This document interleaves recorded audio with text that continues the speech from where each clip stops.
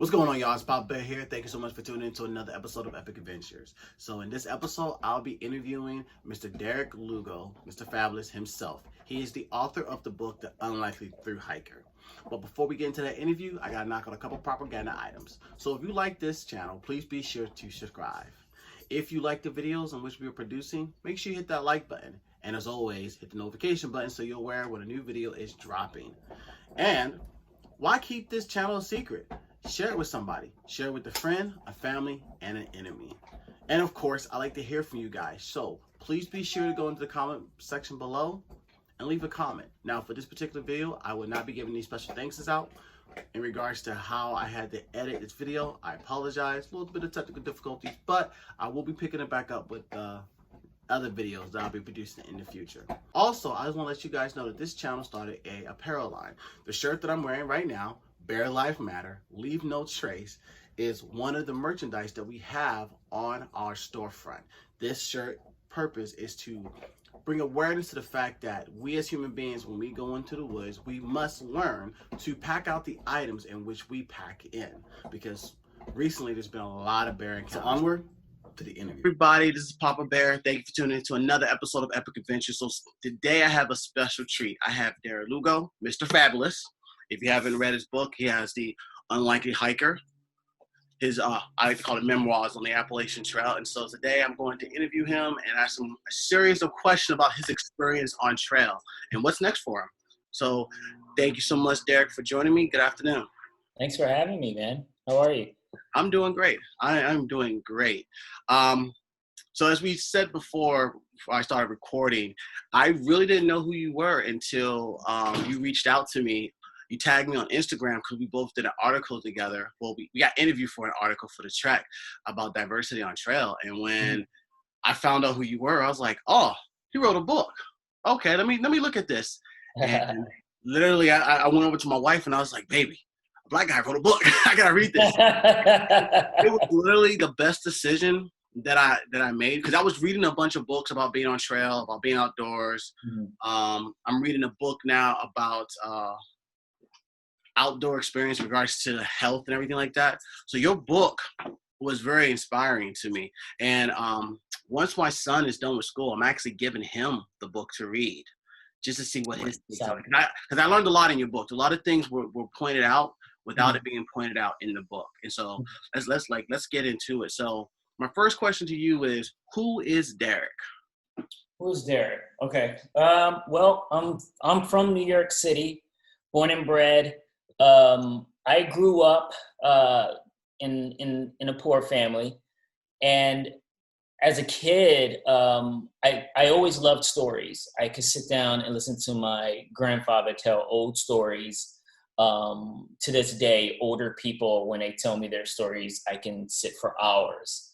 And I remember thinking when I was a kid, when I grow up, I want to be that person, someone that has a story to share, because my life as a kid wasn't amazing, and I would dream a lot. And as I got into books, and that's where my mind went, were in these stories, so I can forget about where I was. And then as I got older and was able to afford these trips, and which were little trips or just enough for me to explore and just satisfy this bug I had to just go out there and see what's out there. And also wanting to have stories, because if you want to share stories, you need to have some kind of experience, and I didn't want to continue reading about it and not doing anything about it. So short answer is, I'm just a New Yorker. I don't live in New York now. I just moved to Asheville, but I'm a New Yorker that wanted to explore what was outside of my surroundings, and started doing things that weren't really something my family were down with. Totally understandable. Black sheep of the family, because they were like, dude, just get a job and stop doing these things, But I'm glad I just went ahead and did it. And things are, and you mentioned that I tagged you on a post. And here's the thing, and this is going, I may be jumping ahead, but the thing about hiking is that there isn't a lot of us. That's why my book is called The Unlikely Thru-Hiker, because that season I was the only Black person that hiked. So when this article came out, it featured, I think it was like 5 of us, and you were one of them. So I ended up posting it on my Instagram, and then everyone that was in the article, I tagged on it. And I didn't know much about you. I just knew you were a hiker. I've seen like posts and stuff. Going into my hike, I didn't realize that was a thing where not a lot of Black people hiked. So now that I know this, and now it's becoming more known, people of color want to reach out, want to see other Black people. That's why my book cover is a dude with dreads. This is me. So when a little kid that, it's like, hey man, this guy, and I made it kid friendly. You said you were going to give it to your son. How old is your son? He's 11. 11, yeah, it's 100% kid friendly, because I want kids to read this. I want people to be inspired who would have never, not just kids, not just people of color, but just anyone that had never thought of doing anything like this, or living having a dream and not knowing how they were going to do it. It's all in this book. It's not just about hiking. It's about stepping out of your comfort zone. So Mr. Fabulous. So when I hear that name, to me, I'm thinking of a superhero. It's like when I read the first part of the book, you're talking about Derick. You're sitting there talking to your friends. You're like, hey, I'm gonna go do this, hike the trail, and they're like, yeah. Really? And then when you get on trail and you start to discover yourself, it's almost like an alter ego is created, and Mr. Fabulous is born. If you don't mind explaining, like, how did that come about? Well, that's a good way to put it, because that's how I see it. Thru-hikers are out in the woods doing something out of the ordinary, doing something outside of their normal or real life. And of course, you want to have a different identity, or you get a different identity. And trail names are, you normally get it like, maybe it's something you did, something you said, how you look. My story was that I had never hiked before. I didn't even know if I liked hiking. And I just jumped in and did it, grabbed my gear, bought some gear, didn't know how to use the gear. But little by little, I started learning how to use it. Other thru-hikers were showing me how to use it. And I would joke around. Well, my friend, when I told her in the first chapter that I was going to thru-hike, live in the woods, she's like, you're like the most metrosexual Black man in New York City that I know. And she kept digging on me, saying, dude, I don't know how you're going to do this. You've never done anything like this. You like designer clothes. You like getting your manicure. And I told her, I'm going to do it. And I would joke around on the trail about that, sharing that story to my thru-hiker friends. And also that I wish I had like a full-length mirror I could put in my backpack so I could take it out and I can just like groom myself and stuff like that. So there was a hiker that said, hearing my story, and he was amazed that I just jumped in and started doing it. And I was doing, pretty well. And knowing like my persona, how I was going to bathe in a stream and like shave in the woods and stuff. And he was like, you're a Mr. Fabulous. Like, yeah, you're a Mr. Fabulous.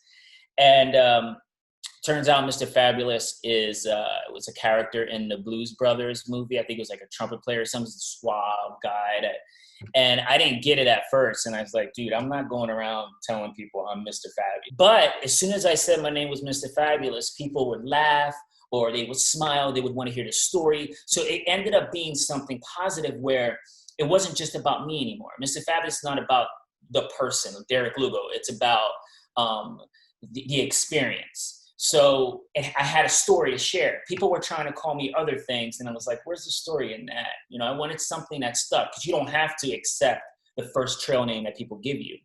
And everyone wants something that it can, one thing you want the two questions you get from other hikers are, what's your trail name and how did you get that? Or even other people that you meet on the trail. And you want to have that story to share.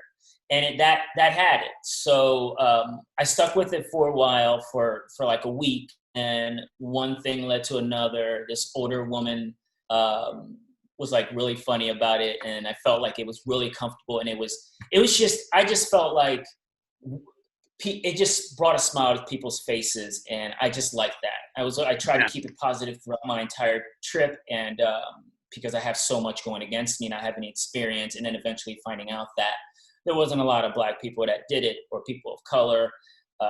And I was like, you know what, let me stick with it. And it's, it's stuck. Now I don't think of it. Now it's just, who I was on the trail, who I am when I go hiking. So Clark Kent in society, and then Mr. Fabulous. Yeah. That's perfect. That's perfect.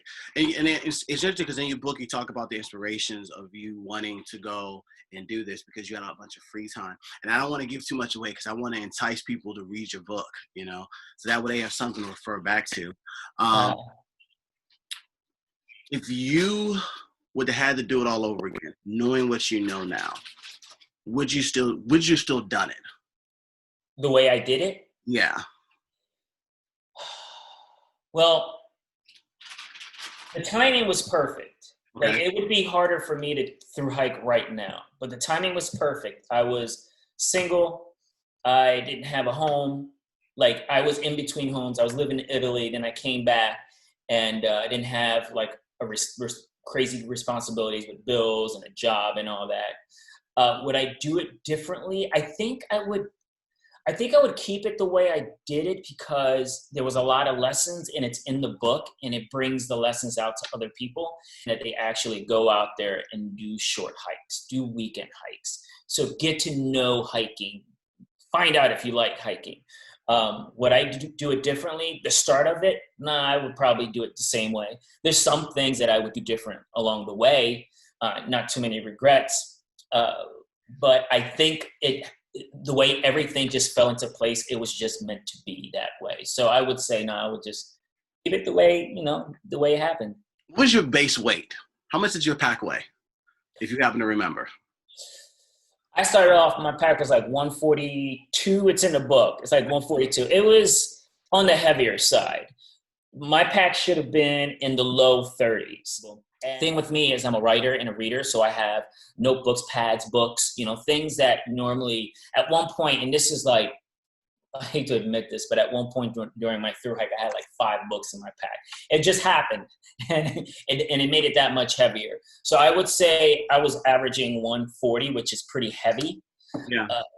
And now, as I go on and do like weekend hikes and stuff, I'm trying to implement doing a lighter pack because I need to. Because when you add the water, and I used to carry a lot of water as well, like 3 liters of water, that makes it even heavier, a lot of food. It sounds like that's everything that everyone goes through, because like when I first started getting into it, and I started like looking at YouTube, reading blogs, in my mind, I'm like, okay, I need 7 days of food, when everyone else is carrying like 3 to 4 days of food because they're jumping from town to town to town. Yeah. I guess I had like this soldier of fortune type mentality, like I'm gonna go in, survive as long as I need, and then dip into a town and come back. That was my ideology when I first started researching and discovering that there's a whole nother world out there in being outdoors. Mm-hmm. And as time went on, I was just like, yeah, I only need 3 days of food. Okay, I only need 4 days of food, or I just need 2 days of food. Because once you start, it's not just about you being out there in the woods and hiking. This hiking community that came out of it. So it's not just about you in the woods hiking from one end to the other. And also you have to keep in mind, you're going up and down mountains. Do you want to carry that much weight? Do you want to carry that much food? If you have an opportunity to go into town, or if there's a little spot where you can like pick up like 1 or 2 days worth of food, it's worth it. So planning it a little bit like that ahead, which I eventually figured out along the way, helped with it. But yeah, if you would have a week worth of food and then just bypass these towns, you're missing a great opportunity to meet people. The experience that I got on the trail wasn't just, like I said, about the trees and the mountains. It was more with the people and the hikers. And so you would miss that. So when you started out, what was your big 3? Is it different from now, or is it the same? It's the same. It hasn't changed. Like my essentials would obviously be my tent. Yeah.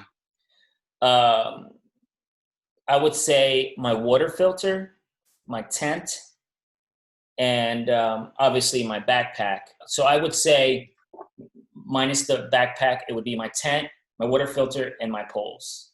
Okay. Yeah.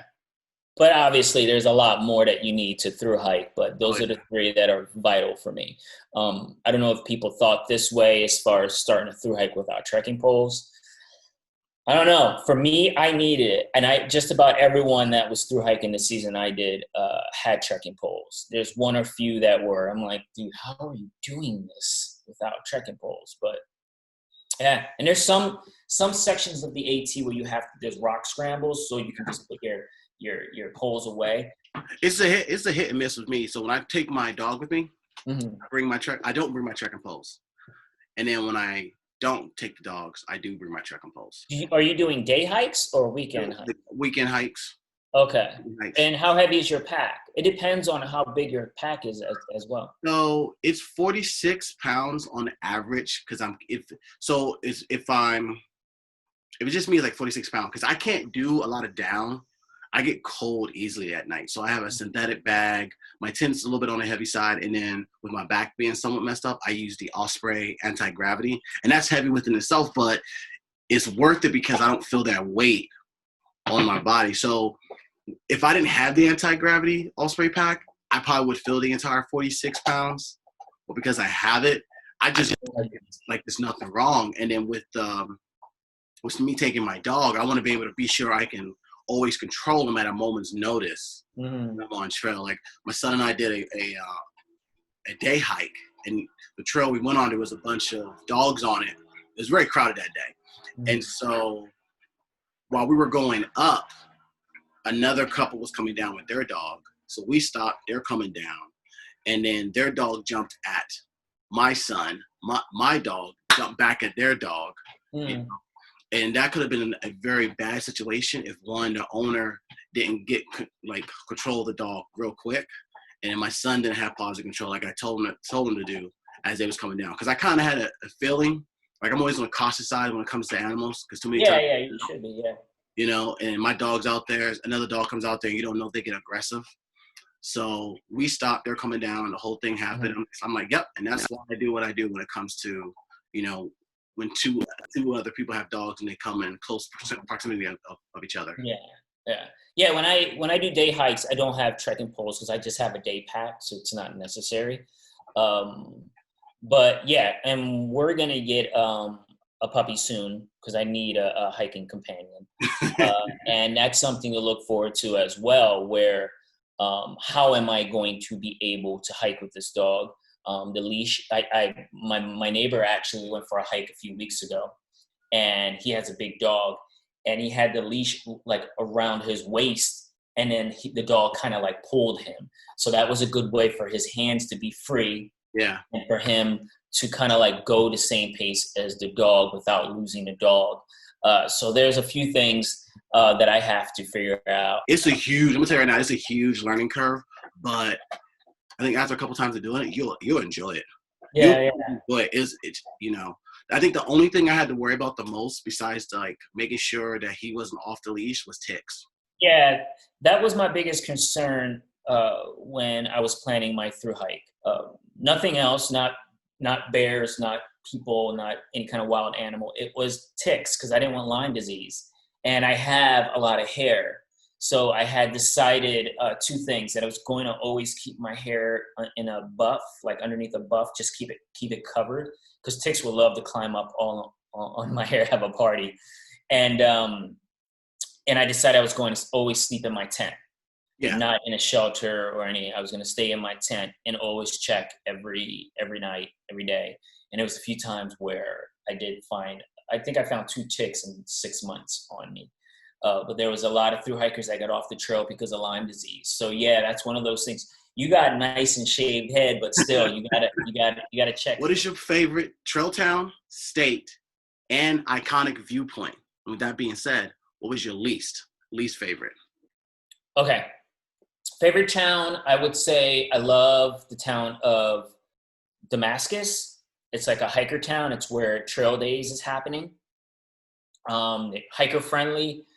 I loved it. I love Harper's Ferry, which is a psychological halfway point. It's where the Appalachian Trail Conservancy office is. The people there are amazing. They're a big reason why I got published. I was able to do a lot of talks. I still am doing talks with them. My favorite state would be New Hampshire, the whites. I love the whites. Okay. My favorite view was Killington. That was in Vermont, if I'm not mistaken. It's a steep side trail. So you go to the shelter. I left my stuff there, brought like lunch, and you just climb up a steep side trail, and the view is just the best view I've ever seen on the AT. So Killington, Vermont was my favorite view. My least favorite, as far as, what do you mean favorite? Like, because the whole AT was amazing. Was there a part of the trail you was like, okay, like most people, they get the Virginia blues, so they're like cursing Virginia, like, I can't stand this place, I can't wait until I get past it. Oh no, I loved Virginia. I know people. I talk about that in my book, that people get Virginia blues, but I really dug it, man. I really liked it a lot. I guess because it's like the longest state. It was cool. My least favorite, I would say, was Pennsylvania, because of the rocks. known as Rocksylvania, and because of it was just nonstop rocks, and they were like big and sharp. There was nowhere flat to stand. You're constantly like it. It got to the point where I had bugs flying in my eyes, like black bugs. They were doing kamikaze into my eye. I'm like, why would you do that? Why would you just fly into my eyes and just die? And I was crying inside, and I was like, when is it gonna end? Was there a town that you didn't quite find that much? It was always nice to go into town, even if it wasn't amazing.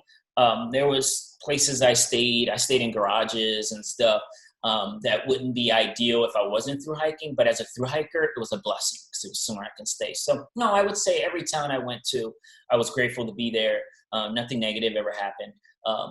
To kind of change the question a little bit, if you're asking me if I had any like bad experiences as a Black man, I would say no. It was always, the one thing I did notice was, and I didn't know if we were going to go there, but I will, was that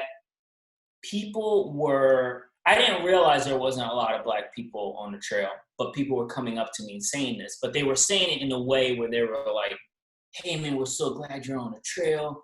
Thanks for being out here. No one was ever malicious. It was more of, they were embracing me and kind of thanking me for being out there. So that was the one thing that really stuck out a lot, was that I stuck out like a sore thumb, and that people made a point to let me know what was going on, which I was fine with.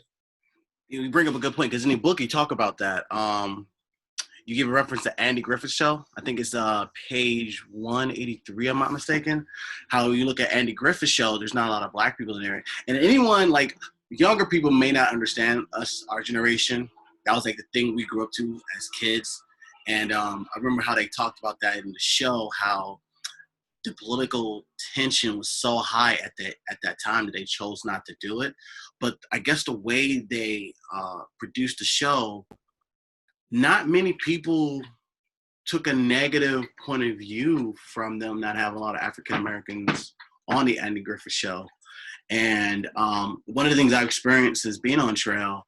I've had some racist events, some close calls, but then like I told like other people to ask questions about, you being the only one on trail, I'm like, a lot of people honestly embrace the fact that I'm there. Yeah, I mean, I'm from New York City, okay, and New York City is the melting pot of the world. I call it a capital city of the world, where there's all different types of people in there. And to say that I don't see color, obviously I do see color. We all see color. But the point is, how do you approach that? And for me, I have friends from all over the place. My partner right now, she's from Alabama. You can't get any whiter than that, like Alabama. And but and I have close friends that are, white, Black, it doesn't matter. So when walking into this, I didn't see that. And then when people started talking about it, and I was like, let me see for myself, and not seeing anyone. And I remember seeing one day hiker on the trail that was Black, and it was his first time out there, and I was like, oh, okay, you know, like Thru-Hikers, I didn't see any. I know there's more out there, and there's now, you know, hikers that are actually sharing their stories, which I love. You have a lot of them now, including yourself, and I think that's when I'm asked, what can we do to like just include more people of all types. And it's just letting us talk, letting people that love the trail, that love the hike, that love the outdoors, they have a voice. Give them the platform to share their story. Because you can, if a white person says the same thing I'm saying, it's not going to be accepted the same way from, you know, a little Black kid. You know, he's just going to see someone else talking. But he sees me, he's like, oh, okay, I can probably do this. Just like when Obama was the president. It's a tricky thing. The one thing I will say is that there's a lot of organizations out there that are trying to diversify the trail, that are trying to be inclusive. And they've been doing this before this year. They've been doing it for years. And it's one of the reasons why my book was published. And I'm just grateful that they know that, they acknowledge it, and they want more. Because I've done a lot of talks since I thru-hiked. And I remember coming back, I think it was last year or the year before, coming back from a talk, it was last year. And I was in an Uber from JFK, and we went through, maybe it was LaGuardia, and we went through Harlem. I lived in Harlem, but we hit Harlem. And I remember looking out the window and seeing people just hanging out. I'm like, how do I get them to hear my story, to hear my love of the outdoor? And it's tricky. It's hard. Before the pandemic, I had talks lined up in Harlem. I ended up doing them in virtual, but the plan was, leading up to the talk, I was going to go out there in the streets and have flyers and say, hey guys, come see me talk. There's this trail called the Appalachian Trail. And who knows, some of them may have showed up, none of them, but at least I was making that effort. That was my plan.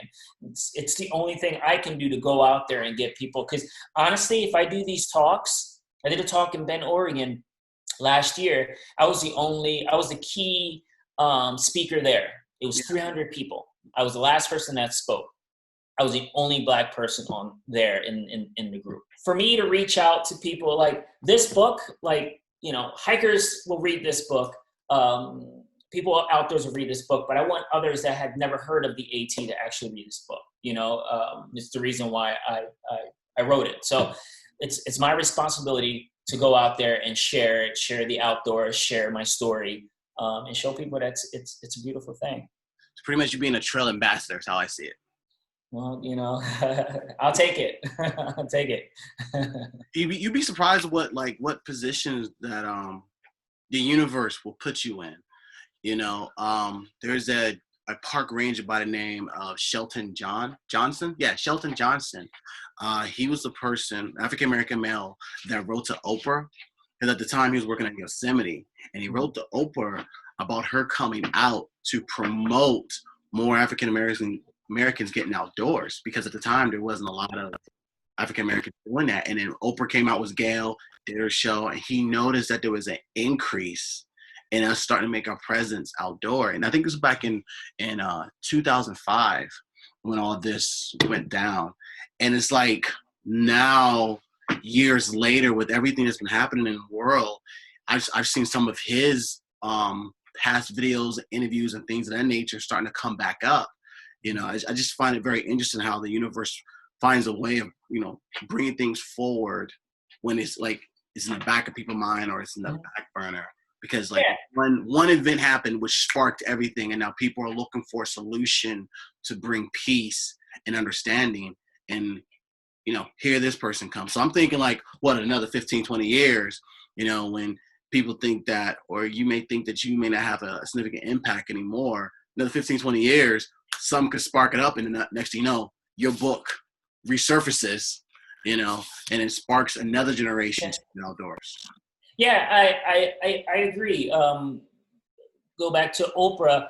I mean, she's an influencer, you know, and when she came out, I'm sure there was a lot of Black people like, oh, let's go out there, let's do this. And that goes back to what I was saying is, if you have a voice, then you have the responsibility, or people should actually use that voice to share your message. You know, like my message, if what I say is will be listened to more than if someone, you know, a white person says it or whatever. So yeah, and the thing about my book is that I get messages about people planning their through hike, and what's happening now is my book is becoming one of those where people are like, hey, I'm reading this and I enjoyed it. Now, you know, I'm inspired to, or even if they weren't thinking of through hiking, now they want to through hike, or now they're living their dreams. So that's what I wanted. I wanted my story to spark something in someone, or even if they didn't spark it, just enjoy the story.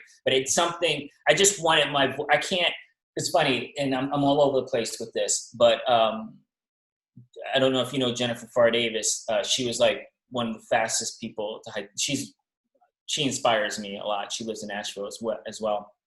But she told me, yeah, you don't have to go around telling people you're a black hiker. Just tell your story, and everything else will fall into place. So with the book, a lot of people, the year that I did it, they were reading A Walk in the Wood. Funny read, but it wasn't really the most positive on the trail. And I remember starting my book, I said, okay, I want it to be humorous, but I want it to stay positive. I want people to want to go to the trail, want to hike, not go, hey, this is really hard, you know, like, I don't know about this. So that was the main thing I wanted my book to be. It's humorous, because A Walk in the Woods is very funny. I wanted it to be funny, but I wanted it to be positive about the AT. I wanted people to actually be inspired to go the outdoors or do something like the AT. And it was very positive. It was very funny. There was a couple times I'm sitting there reading a book and I'm like laughing out loud, and my wife comes in like, "What's funny?" I'm like, you won't understand. You got to give her the book. You got to read the book to get it. She'll walk away frustrated at me. I'm like, hey, you know, come read the book. But I wouldn't let her take the book at the time because I was in it. But yeah, it's one of those things that when I sit back and look at it now, I see you as a hiking celebrity. So my question to you, who is your hiking celebrity? Yeah, like I mentioned earlier, I look up to Jennifer Farr Davis. When I thru-hiked, I went to Trail Days. And I don't know if you know, but Trail Days is like a big hiking festival at Damascus, one of my favorite hiker towns. And she did a talk there. And in fact, I was lined up to do a talk this year, but of course everything fell apart. But hearing her story, and then I did a talk when my book came out last year. I did a talk here in Nashville.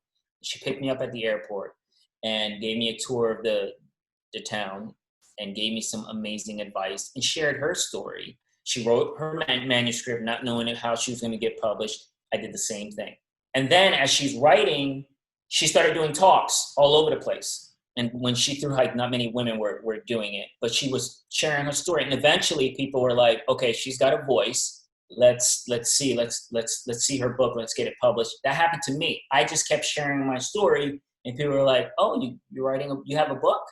Let's see let's see what we can do. And then it got published. So I was kind of following her footsteps, not even knowing I was.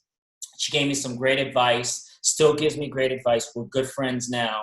I really, really look up to her. I'm inspired by everything she has done, everything that she's doing, and she listens to me.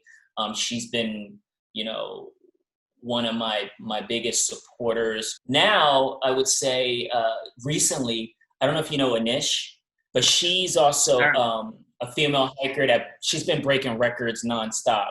But she's more of a friend now, and I would say those two women inspire me, and I hope I inspire them. But those are the two that really, like, when I think of the things that I've been doing and how the three of us are actually in the same, we're kind of doing the same thing where we're writing and hiking and sharing our story and inspiring people. Yeah, those two. There's a lot of others, but when it comes to this, what we're doing right now, I would say Anish and Jennifer Farr Davis. So let's talk about some current events. Okay. I was actually like watching your Instagram live. I was on there, and I understand you working on a children's book. Yes. Yes. I have an idea to do a children's book version of The Unlikely Thru-Hiker, where not to go too deep into it, but it's a kid that lives in Harlem, discovers he's a big reader. It's a Sunday or so when the library is closed. He had read all the books in the house, so he goes to his dad's office and he pulls out The Unlikely Thru-Hiker and he asks his dad, and it goes into how his dad explains what through hiking is. Mind you, he's from the city, and doesn't get the opportunity to go out there in the wilderness, and his father sees something that sparked in his son's like, Dad, what is this? So I want to make it where kids are like, hey, what is this thing called the Appalachian Trail? What is the outdoors? So yeah, I am working on a children's book. There's a lot of stages to it, but I'm hoping to have it done, at least a rough draft of it by the end of the year. I'm juggling a bunch of things right now. But yeah, I am working on a children's book. I mean, you're a busy man. I mean, I expect that, because one minute I saw you on Instagram. I saw you in New Jersey, in North Carolina, and you're in New York. Then I saw you down in Georgia. And I was just like, okay, this is his life. For it. Yeah, I mean, it's funny because I find myself in a place now where I have a responsibility now to share. I can't just write this book and just let it be. I need to do these talks. This is my passion now. And I see where my life is taking me now. And it's taking me all over the place. For me, I couldn't do what I'm doing right now in New York City. I needed to be near mountains, because with social distancing, I can do that when I'm hiking out in the mountains, you know? New York City, you can't do it so much. So yeah, I am kind of staying busy. Same with my partner. She does so much. And she inspires me. We inspire each other. So we try to stay busy. I guess maybe that's how we're staying sane. You know, you got to do it, because if we were trapped in our apartment in New York City, it's not a good thing. It's not healthy. It's very interesting that when COVID happened, that immediately mental health like shot to the forefront, and reconnecting with nature was one of those things that everyone was like, okay, it's a medicine. We want you guys to do social distancing. You know, but if you got to get outdoors, try your best to, you know, still maintain social distancing while outdoors. Because I remember when the whole thing first started, I went on my first multi-day hike, 3-day multi-day hike, and I went out there on a weekday, and I left on a weekend. And as I was coming out of the woods, like Shenandoah just blew up, and I'm just like, wow, it is busy out here. You know, and you know how it is, you go in the woods, you're like cut off from the rest of the world. And I got in my car, turned on the radio, and I was just like, oh, this really did get serious.